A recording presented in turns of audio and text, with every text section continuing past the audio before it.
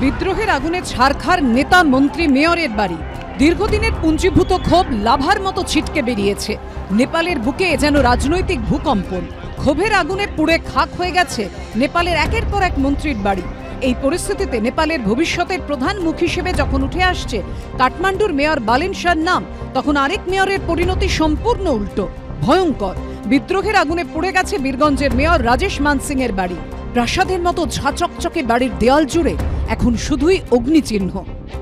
একদিকে যখন নেপালের কাঠমান্ডুর মেয়র বালেন শাহ ক্রমশ প্রধানমন্ত্রীত্বের দৌড়ে এগিয়ে যাচ্ছেন, নেপালের পরবর্তী প্রধানমন্ত্রীর চেয়ারে বসার ক্ষেত্রে তার নাম অত্যন্ত গুরুত্বের সাথে বিবেচনা করা হচ্ছে, আর অন্যদিকে আরেক মেয়র যিনি এই বাড়িতে থাকতেন, রাজেশ মান সিং, এখানে তার বাড়ি, তার পাশেই তার আরেকটি বাড়ি, যে বাড়িতে তার যাবতীয় দলীয় কাজকর্ম, প্রশাসনিক কাজকর্ম সেগুলো করা হতো, সেই বীরগঞ্জের মেয়র, তার বাড়ির এই চেহারা।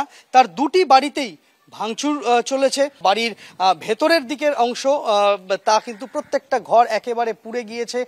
দেয়ালের ফল সিলিং, ছাদের দেওয়ালের পেন্টিং, সমস্ত কিছু কিন্তু পুড়ে গিয়েছে। এই অবস্থাতে বাড়িটা দাঁড়িয়ে রয়েছে। বাড়িতে আগুন ধরানোর ঠিক আগে কোনো ক্রমে পরিবার নিয়ে পালিয়ে বাঁচেন মেয়র রাজেশ মান সিং। পাশেই আরেকটি বাড়ি আমরা দেখতে পাচ্ছি, সুবিশাল বাড়ি। এখানে মূলত তার দলীয় কাজকর্ম সারতেন এই বীরগঞ্জের মেয়র।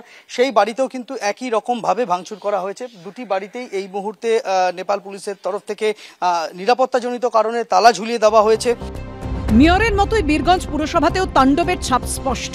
বেঁকিয়ে দেওয়া হয়েছে জানলার শিক, আগুন ধরিয়ে দেওয়া হয়েছে পুরসভার ভেতরেও।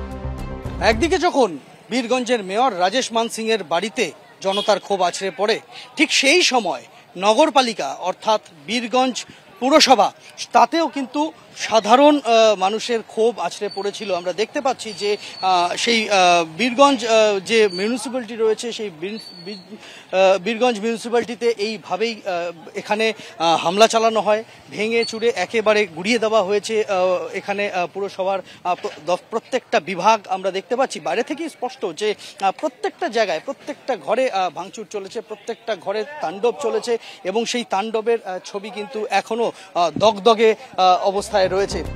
নেপালের অন্যান্য নানা প্রান্তের মতোই বীরগঞ্জ জুড়ে এখনো জারি রয়েছে কারফিউ। শুনশান রাস্তাঘাট, প্রায় জনমানব শূন্য গোটা এলাকা। সন্দীপ সরকারের রিপোর্ট, এবিপি আনন্দ, নেপাল।